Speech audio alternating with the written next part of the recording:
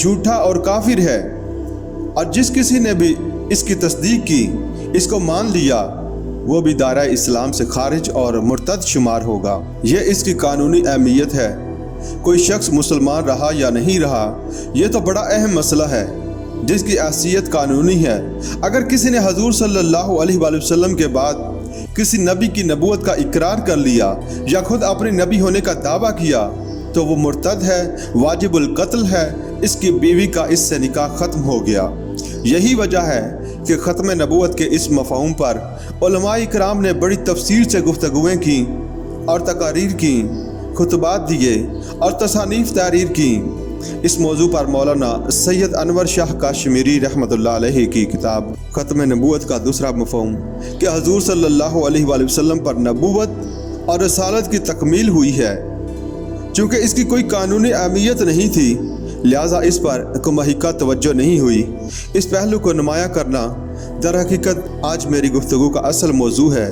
سامعین، آپ دیکھتے ہیں کہ علماء کرام کی تقاریر میں ختم نبوت پر گفتگو ہوتی ہے تو قرآن مجید کی یہی آیت پیش کی جاتی ہے، ما کان محمد آبا احد من رجالکم ولکن رسول اللہ وخاتم النبیین۔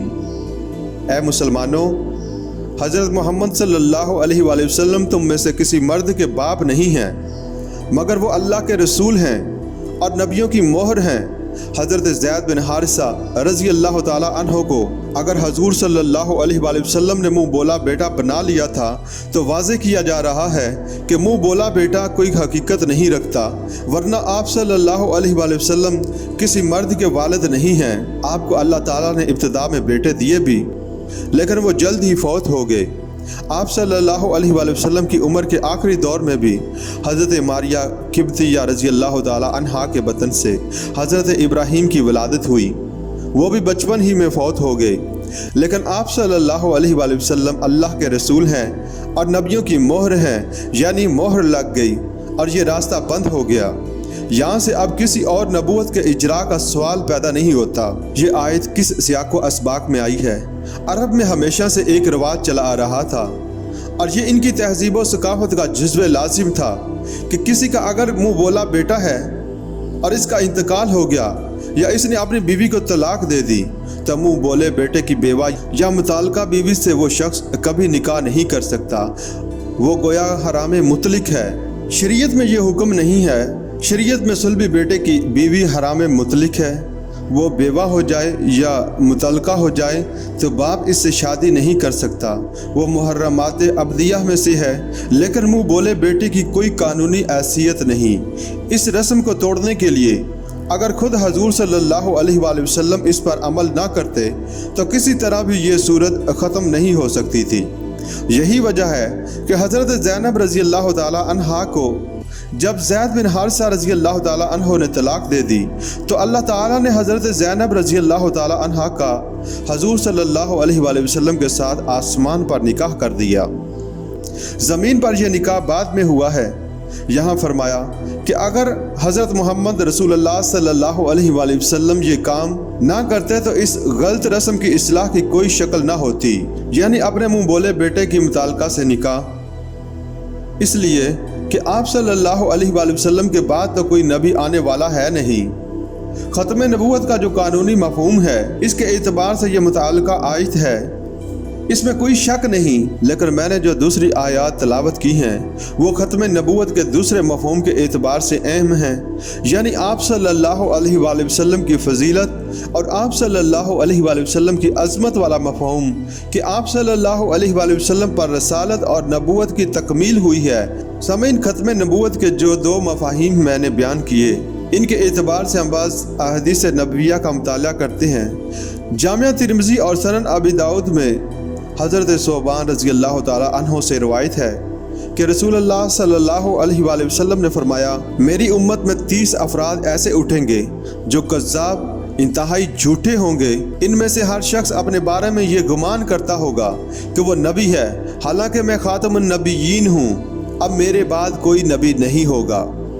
اس احادیث میں اس قانونی مفہوم کو بہت ہی عمدگی کے ساتھ واضح کر دیا گیا کہ اگرچہ دجال اٹھیں گے، نبوت کے جھوٹے مدعی پیدا ہوں گے، لیکن میں آخری نبی ہوں۔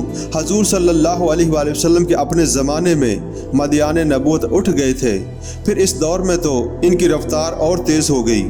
آخری زمانہ آ رہا ہے، 30 کی تعداد اب پوری ہونی ہے۔ بہاءاللہ ایران میں اٹھا، غلام احمد قادیانی ہندوستان میں اٹھا۔ یہاں حضور صلی اللہ علیہ وآلہ وسلم نے فرما دیا کہ میری امت میں 30 افراد ایسے ہوں گے جو نبوت کا دعویٰ کریں گے، مگر وہ جھوٹے ہوں گے۔ حقیقت یہ ہے کہ میں خاتم النبیین ہوں اور میرے بعد کوئی نبی نہیں آئے گا۔